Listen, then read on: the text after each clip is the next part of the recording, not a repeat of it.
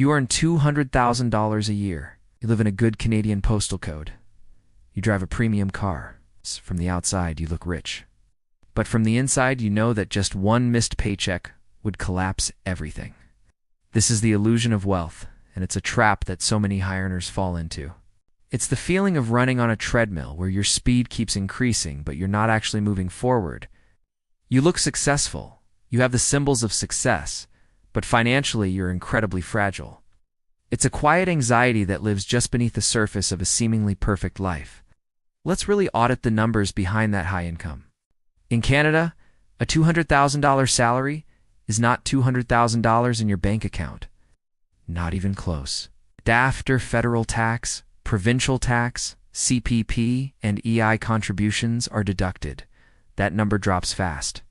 For example, if you live in Ontario or British Columbia, two of Canada's most expensive provinces, your actual take-home pay lands somewhere between $120,000 and $130,000. That's a massive difference. We're talking about $70,000 or $80,000 that never even touches your wallet. It's an important reality check that grounds the entire conversation about what it means to be a high earner. Think of it this way. You don't work alone.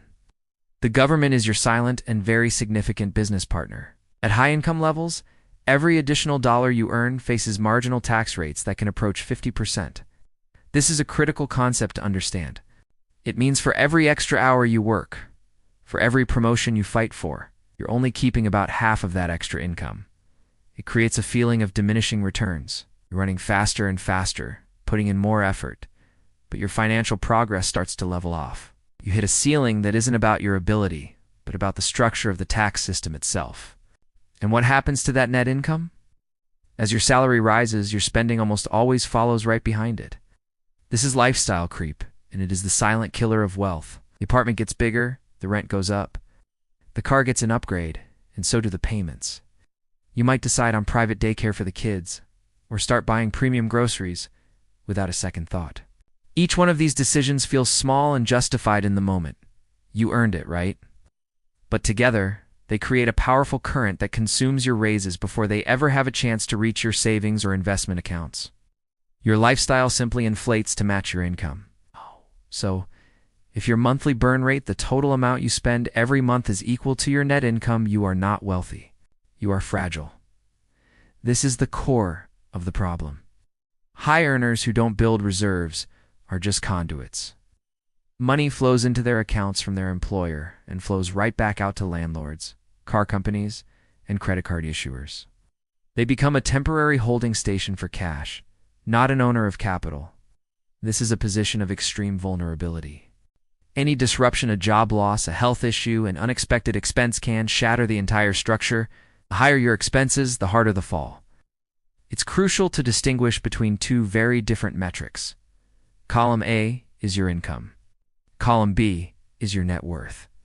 Income feels powerful. It's the number on your employment contract, the figure you tell your friends. But net worth is what truly absorbs shocks. Income is what you earn while you're actively working. It disappears the moment you stop. Net worth, on the other hand, is what you own. It's your assets minus your liabilities, and it keeps working for you, compounding quietly in the background, even when you're asleep. Society tells us to focus on column A, but true financial security comes from building column B. And why is it so hard to stop spending? It's because of a psychological principle called hedonic adaptation.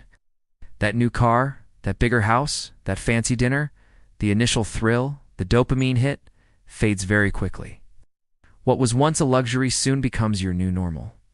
But while the excitement disappears, the monthly payments stay. Hedonic adaptation quietly and systematically destroys the surplus capital that could have been invested. It tricks you into prioritizing temporary pleasure over long-term freedom. You're constantly chasing the next hit of novelty, while your opportunity to build real wealth slips away. So what's the solution? It isn't about just having more discipline or trying harder to resist temptation. The most effective solution is automation. It's about designing a system that makes saving and investing the default. When your savings and investment contributions are automatically transferred the day you get paid before, you even see the money, it changes your behavior. The money that's left in your checking account suddenly feels scarce, and your spending naturally adjusts to fit that smaller amount. You trick your brain into living on less, without the daily struggle of willpower. You pay yourself first, automatically. This automated surplus needs a place to go. In Canada, the path is quite clear. Unused financial capacity should flow into your tax-free savings account first, to maximize tax-free growth.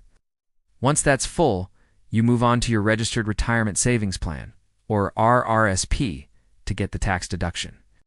After that, you can move into taxable investment accounts. This is the investment bridge. Wealth is built when your surplus capital is systematically protected from lifestyle creep and put into an environment where it can compound over time. It's a simple, mechanical process, not a matter of genius or luck. Ultimately, true wealth is not about what you earn or how you look. It's not the car you drive or the postal code you live in. Wealth is about how long you can survive and thrive without needing to work for an income. It's about building a foundation of assets that supports you. In the race to financial freedom, distance beats speed, and ownership will always beat optics. Focus on what you own, not what you earn. That is the real path to lasting financial security. Thanks for watching, and don't forget to subscribe for more.